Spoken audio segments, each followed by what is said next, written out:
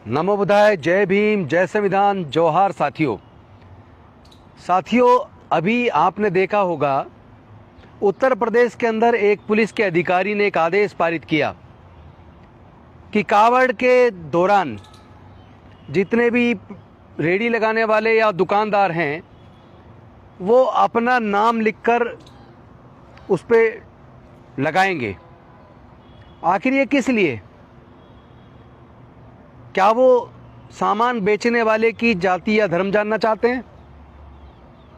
इसकी ज़रूरत क्या है?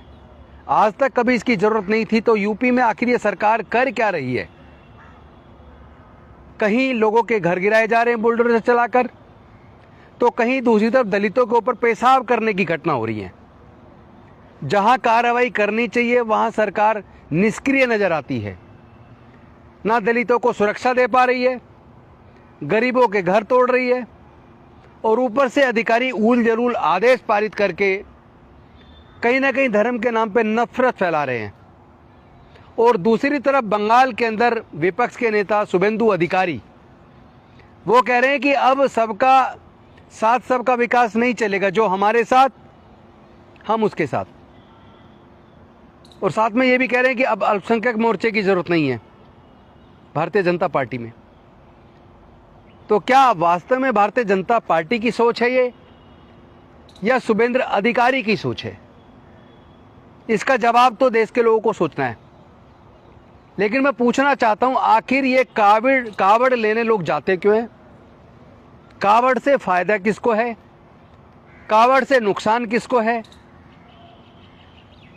निश्चित तौर पर अगर आप देखेंगे तो जो कावड़ का सामान बेच रहा है उसको कावड़ से फायदा है। लेकिन जो गरीब, चूंकि मैक्सिमम ये सर्वे में पता लगा है कि मैक्सिमम जो लोग कावड़ लेने जाते हैं उसमें अनुसूचित जाति, जनजाति और पिछड़े वर्ग के लोग 98% होते हैं। उसमें व्यापारी का देश के सारे संसाधनों पर कब्जा है, और पिछड़े वर्ग के लोग ही क्यों जाते हैं?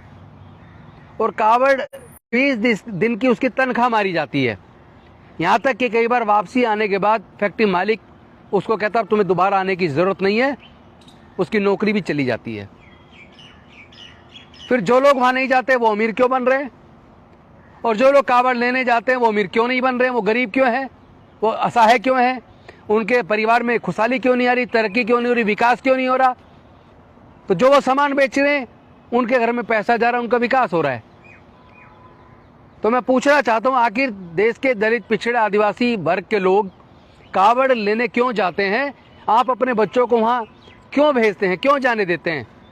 अपना रोजगार का भी नुकसान करते हैं, और अपने पैसे का भी नुकसान करते हैं, अपने शरीर का भी नुकसान करते हैं। तो जिस चीज़ से आपको फ़ायदा नहीं है, ना शारीरिक फ़ायदा है, ना मानसिक फ़ायदा है, ना आर्थिक फ़ायदा है, किसी भी प्रकार का फ़ायदा नहीं है, केवल नुकसान है, वहाँ जाना छोड़िए और अपने बच्चों की पढ़ाई पर ध्यान दीजिए, अपने रोज़गार को बढ़ाने पर ध्यान दीजिए। बहुत बहुत धन्यवाद। जय हिंद, जय भीम, जय भारत, जय संविधान, जोहार।